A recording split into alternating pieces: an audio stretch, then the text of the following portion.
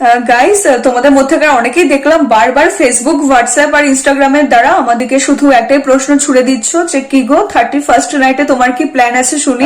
বাল ছিড়বার plan আছে আমার, সত্যি বলতে বাল ছিড়বার। এবার তোমরাও যদি একই প্ল্যান আমার মতন করে সেট করতে চাও করতেই পারো, কোনো সমস্যা নেই। আর যদি না করতে চাও তাহলে নাও করতে পারো, তাতেও কোনো সমস্যা নেই। কিন্তু দয়া করে আমাকে একটু আমার হাতে ছেড়ে দিতে শেখো।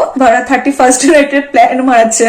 যাই হোক, এটাই বলছিলাম যে এইসব প্ল্যান না বড় লোকেদের জীবনে থাকে, আমার মতন গরিবের জীবনে না। আমি কোনো কিছু হলে চায়ের দোকানে চলে যাই, কারণ আমি এতটাই গরিব। মন ভালো থাকলে চায়ের দোকান, মন খারাপ থাকলে চায়ের দোকান, কোনো উপলক্ষ থাকলে চায়ের দোকান, উপলক্ষ না থাকলেও সোজা চায়েরই দোকান। এবার আশা করি বোঝাতে পেরেছি যে আমি ঠিক কতটা গরিব। এমনিতেও বাকি নাইট গুলো বলতে গেলে আমার ডিপ্রেশনেই কাটে, সেহেতু নতুন করে অমুক তমুক নাইটের কথা আমাকে শুনিয়ে সেই নাইট গুলোতে আমাকে আরো বেশি বেশি করে ডিপ্রেশনের দিকে ঠেলে দেবার কোনো মানে দাঁড়ায় বলে আমি মনে করি না। এবার এই ছিল আমার দিককার পুরো ঘটনা, আশা করি তোমাদেরকে বলে বোঝাতে পেরেছি। তো এরপরে আজ যেন আমি কাউকে না দেখি আমাকে কোনো উস্কানিমূলক কথা বলে উস্কাবার চেষ্টা করতে, নয়তো আমি কিন্তু বাধ্য হব বাড়া ফোনের মধ্যে ঢুকে এইভাবে বোকাচোদা এইভাবে তোমাদের সোজা কানের গোড়ায় বসাতে।